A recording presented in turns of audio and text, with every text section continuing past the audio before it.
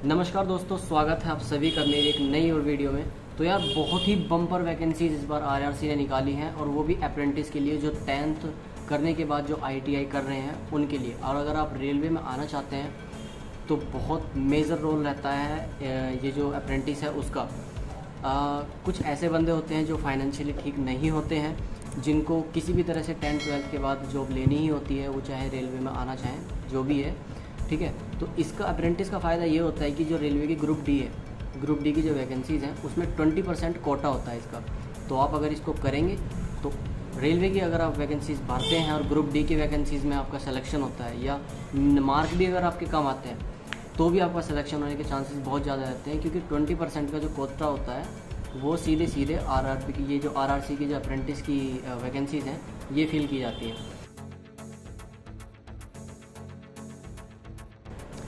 तो स्टार्टिंग की 3 वैकेंसीज़ की जो डेट है वो एप्लीकेशन शुरू हो चुकी है 4 तारीख और अक्टूबर से, और वो अगले महीने तक की लास्ट डेट है, जो उसकी होता ही है, 1 महीने की लास्ट डेट होती है। और इस बीच में 100 रुपये की इसकी फ़ीस है। जनरल ओबीसी के लिए, SC ST के लिए फ्री है।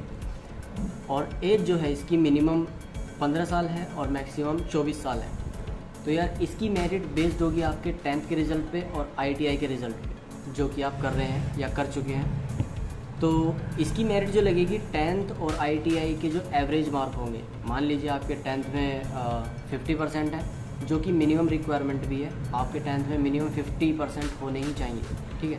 तो 10th में आपके मान लीजिए 50% है और ITI में आपके 70% है, तो एवरेज हो गया इसका 60%। तो उस हिसाब से इसकी मेरिट लगेगी। कोई भी एग्ज़ाम नहीं है इसका कोई भी एग्ज़ाम नहीं है, डायरेक्ट मेरिट लगेगी और मेरिट बेस्ड पे आप इसमें भर्ती हो जाएंगे। एज का रिलैक्सेशन इसमें भी है, जैसा कि नॉर्मल हमारे कॉन्स्टिट्यूशन में दिया हुआ है। जनरल के लिए तो कुछ भी नहीं है, ओबीसी के लिए 3 साल है और SC ST के लिए 5 साल का रिलैक्सेशन है। फ़ीस मैंने आपको बता दी है, इसकी 100 रुपये है। तो अब मैं आपको बताने वाला हूँ कि वैकेंसीज़ कहाँ कहाँ निकली हुई हैं। तो सबसे पहली वैकेंसी निकली हुई है ईस्टर्न रेलवे की, कोलकाता की। तो ये वैकेंसी है करीब 3,500। तो बहुत चांसेस हैं कि आप में से किसी न किसी बंदे का हो जाए। दूसरी जगह की जो वैकेंसी है वो है साउथ सेंट्रल, यानी कि जो सिकंदराबाद जिसका हेडक्वार्टर है, और वहाँ पर सबसे ज़्यादा अभी जो मैं 4 पढ़ रहा हूँ या मुझे जानकारी जो मिली है, तो उनमें सबसे ज़्यादा 4,100 से ज़्यादा, यानी 4100 से ज़्यादा वैकेंसीज़ वहाँ पर हैं। तीसरी जो वैकेंसी है वो है साउथ सेंट्रल रेलवेज़ की, जो कि जिसका हेडक्वार्टर हुबली में है, और इसमें वैकेंसी है करीब 300 के आसपास यहाँ पर वैकेंसी है।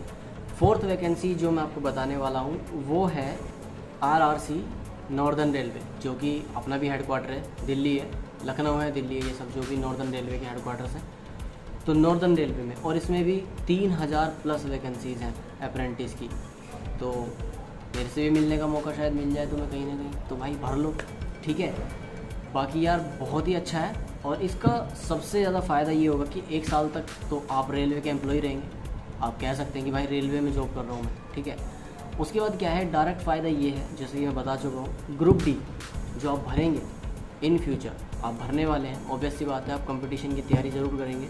ग्रुप डी की आप भरेंगे वैकेंसी, तो उसमें सीधे 20% का फ़ायदा होता है, और ये बहुत बहुत मायने रखता है यार आपको। मतलब अगर 1 लाख बच्चे फॉर्म भर रहे हैं तो आपको सिर्फ 20,000 के अंदर आपको लाकर खड़ा कर देता है। 80,000 वो कंपटीशन अपना लड़ता रहेंगे, और आप वहाँ जाकर उस 20% के कोटे में अपना लेके चले जाएंगे। तो बहुत फ़ायदेमंद है, आप ज़रूर करिए। चलिए अब बात कर लेते हैं सैलरी की सैलरी या स्टाइपेंड जो आपको मिलेगा इस दौरान। 1 साल की ये वैकेंसी है, 1 साल तक आप अप्रेंटिस में रहेंगे इनके साथ, रेलवे के साथ। बाकी स्टाइपेंड के तौर पर आपको 8,000 के आसपास रुपये मिलेंगे, ठीक है। वो खाना खर्चा जो भी है वो रेलवे उठाती है, लेकिन आपको जो सैलरी के हिसाब से मिलेगा वो 8,000 के आसपास मिलेगा। बहुत है, आप 10th करके जा रहे हैं, रेलवे के एक एम्प्लॉय हो जाएंगे 1 साल के लिए, और उसके बाद कोटा मिल जाएगा ग्रुप डी अगर आप भरेंगे। तो बहुत फ़ायदेमंद है, आपको ज़रूर से ट्राई करना चाहिए। और वैकेंसी बहुत सारी निकलने वाली है, थोड़ा सा सतर्क रहिए, ध्यान दीजिए वैकेंसीज पर, तो ज़्यादा अच्छा रहेगा। तो भाई ज़रूर से भरिए, ठीक है। और बाकी तो जैसे ही मुझे कोई अदर हेडक्वार्टर की इन्फॉर्मेशन मिलती है मैं ज़रूर से बताऊँगा। मेरी इंस्टाग्राम ID फॉलो कर लीजिए, नीचे है डिस्क्रिप्शन में। फेसबुक पर आप मेरे को फॉलो कर सकते हैं। तो अभी लास्ट में बात ये है कि जितनी भी वैकेंसीज़ अभी ये 4 मैंने बताई हैं, इन सभी के जो जहाँ पर वैकेंसीज़ की रिक्रूटमेंट होगी, यानी कि जो वेबसाइट है उसकी लिंक मैं आपको डिस्क्रिप्शन में दे दूँगा। आप जाइए और वहाँ पर रजिस्ट्रेशन कीजिए, और उसके बाद जैसे ही मेरिट लगेगी आपकी आप सेलेक्ट हो जाएंगे। तो all the best, best wishes, और मिलते हैं नई वीडियो के साथ बहुत ही जल्द। बाय।